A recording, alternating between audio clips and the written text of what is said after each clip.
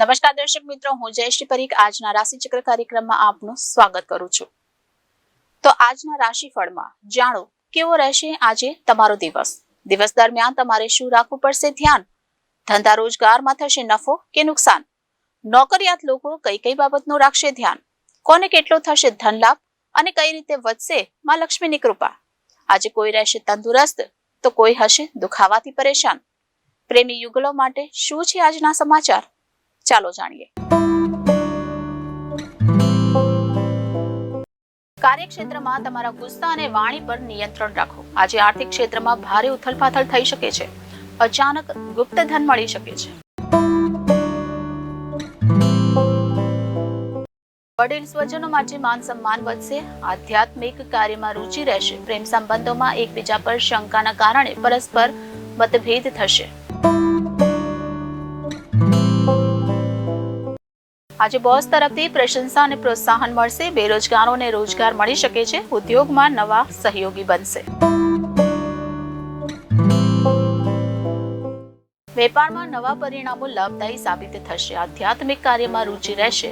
વિવાહિત જીવનમાં તમને તમારા જીવનસાથી સાથે સુખ અને સહયોગ મળશે। નબળી આર્થિક સ્થિતિને કારણે પરિવારમાં તણાવ પેદા થઈ શકે છે। મુસાફરી કરતી વખતે સાવચેત રહો। સામાજિક કાર્યોમાં રસ રહેશે।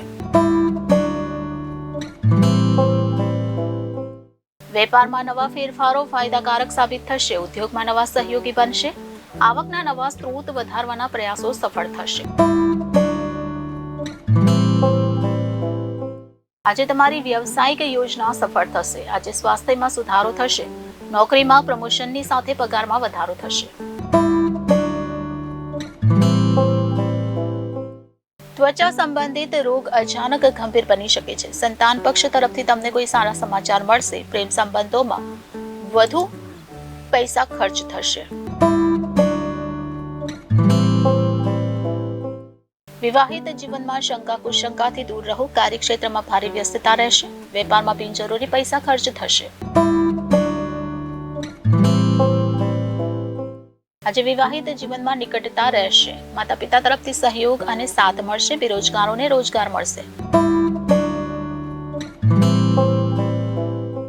વિદ્યાર્થી વર્ગ વિશેષ સફળતા પ્રાપ્ત કરશે। દાન અને સત્કર્મ કરવાથી મનને શાંતિ મળશે। વિદ્યાર્થી વર્ગ વિશેષ સફળતા પ્રાપ્ત કરશે। મુસાફરીમાં થોડો તણાવ પેદા કરી શકે છે। અનિચ્છનીય યાત્રા કરવી પડશે। વ્યવસાયમાં આવક કરતા ખર્ચ વધુ રહેશે। તો આ સાથે જ આજનું રાશિચક્ર કાર્યક્રમ અહીં સમાપ્ત થાય છે। આવતીકાલે ફરી મળીશું। ત્યાં સુધી મને રજા આપશો અને જોતા રહેશો જનાદેશ ન્યૂઝ। આપનો દિવસ શુભ રહે। નમસ્કાર।